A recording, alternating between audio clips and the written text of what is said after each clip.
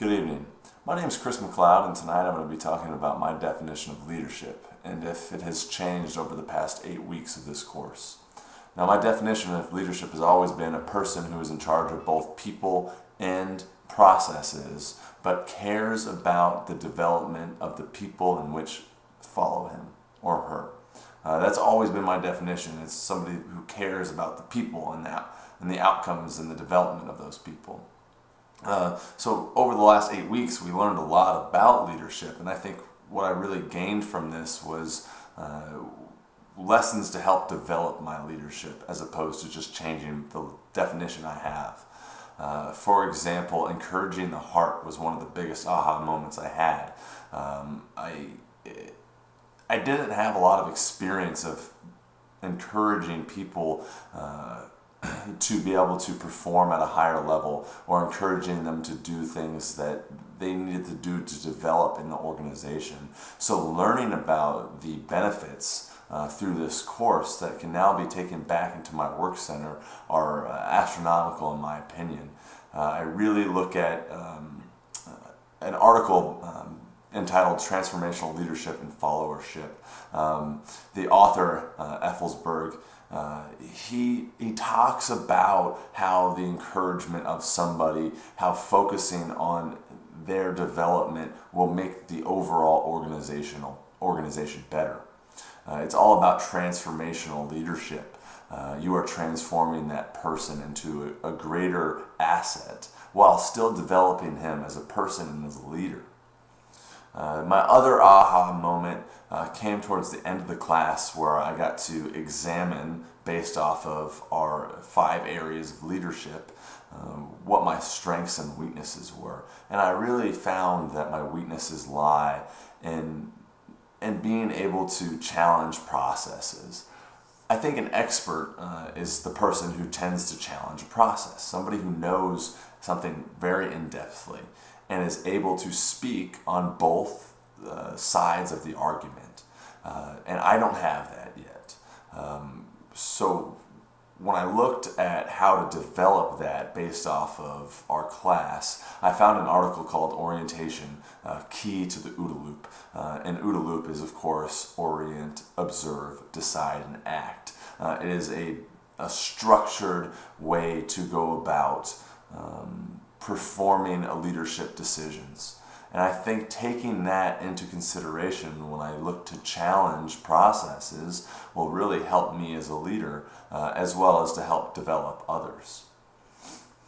So what impact does the encounter with theoretical material have on your view of leadership?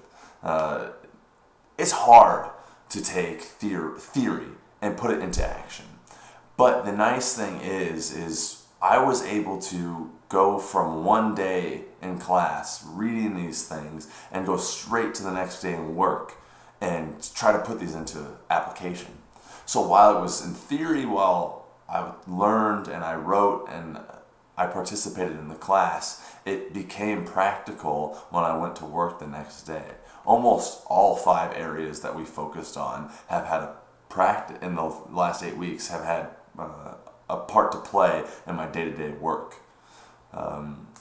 Something that I really thought was, I read an article, The Moralities of Obligation and Aspiration, talking about the morals of your obligations to your organizations, as well as the aspirations to become greater in the organization.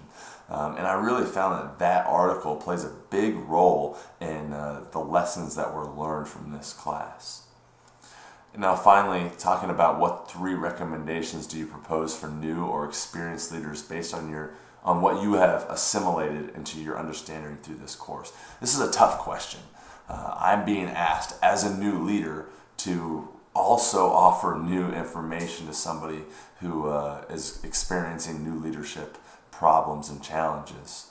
My 3 recommendations would always be to instill trust in your followers, to take the lessons of encouraging the heart from this class, to trust them but enable them to act, to encourage them to have the ability to be a leader in themselves.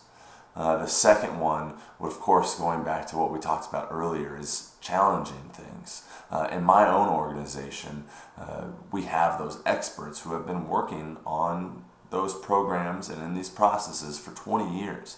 They have the knowledge to be able to challenge that. And as a leader, you have to get them to challenge those processes to make change happen.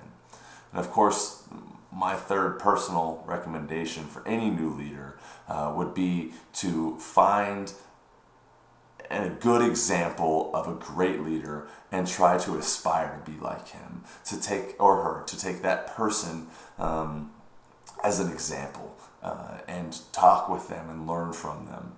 Those are my three best examples. Overall, this was an incredible class that I learned a lot about. I learned a lot about myself through this class, and I know that it's going to help me as a leader grow, and as well as grow my organization to more success in the future. So thank you very much. Have a good night.